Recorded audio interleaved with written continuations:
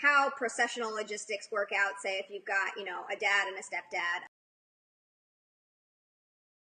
In the processional, usually the grandparents are seated, you know, before the parents. And then if it's step-parents, it's the bride's stepmother. She sits down, you know, away from the... So after the grandparents? Yes. Okay. And then the groom's stepmother, with the groom's father on the other side. And then the groom's mother with the usher, but closer to the center. Okay. The mothers are always, like, more important than dads, where they're sitting. The mother, and then the bride's mother comes in. I'm sure the women everywhere are loving that. Yay! The bride's mother with the usher and stepfather behind. So essentially, if you're going to have it, usually the mothers are in the center and the fathers are on the outer side. Of course, if they're still married, they're together. But right. then if they're got two couples, the mothers are right at the aisle. And gotcha. So you can give them roses easily. Yeah. Well, not only that, you know, the bride's mother's always seated last. Okay. Because she's like the main important character. Oh, Lord, do we know that they think that they're the most important person sometimes? They usually have to do a lot for the wedding, or they I try to. And now, sometimes the couples don't get along, so you have two rows. Okay, that's good. If you have issues, and as a matter of fact, I was working with a couple, and she said, "Oh, they're fine. They don't even split up 3 months." I said, "You better ask." 3 months? That's raw. She said, 30 years they're is not fine. I said, you put the mother on the front row, you put the father on the second row. Don't get them on the same row. It's supposed to be your wedding. You don't want anybody fussing and fighting there, so they just get on the second row and let them go. Okay, yeah, let it go. Now, one thing I think is interesting, I've done several weddings. A lot of LGBT weddings are a little different, but even some traditional weddings, the bridesmaids sometimes have more bridesmaids than they have groomsmen. And I've had men and women on both sides. Right. And in traditional couples. And then I've also had 2 women get married, and I have men and women on both sides. Right. Okay?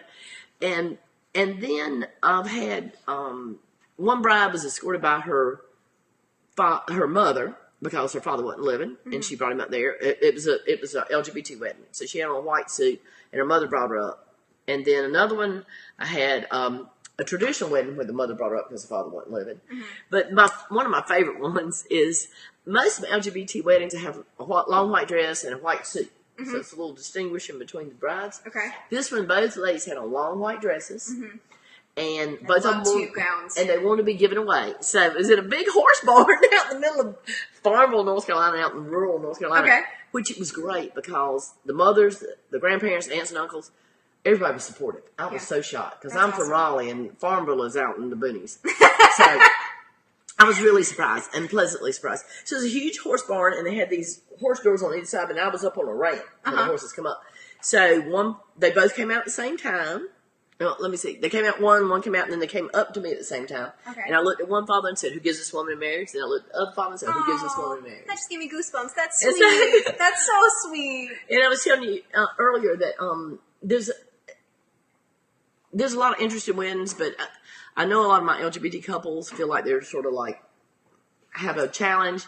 But I will tell you, the most views I ever got on anything was 2 women in long white dresses. Yeah, I got 1,500 views on that photo. Well, I think that everything about like what you're kind of explaining about what you do is that you're willing to do anyway. Like there's no rules that if they both want to walk up the aisles with their fathers in a more traditional manner, they can, and if one wants to wear a suit, they can. Like, I just think that that's really awesome that you kind of allow them to do anything they want. You encourage them to do it. One of my favorite guy couples is they knew, if you're from Raleigh, if you know Pullen Park, you may not, they have a carousel that's been there forever. Yes. So the guys got married on the gazebo, but the final vows, we left there and they ran the whole carousel, and we're all on the carousel with the music going when I did the final vows. That's fun! Because they both grew up there and stuff. So, yeah. That's awesome. It was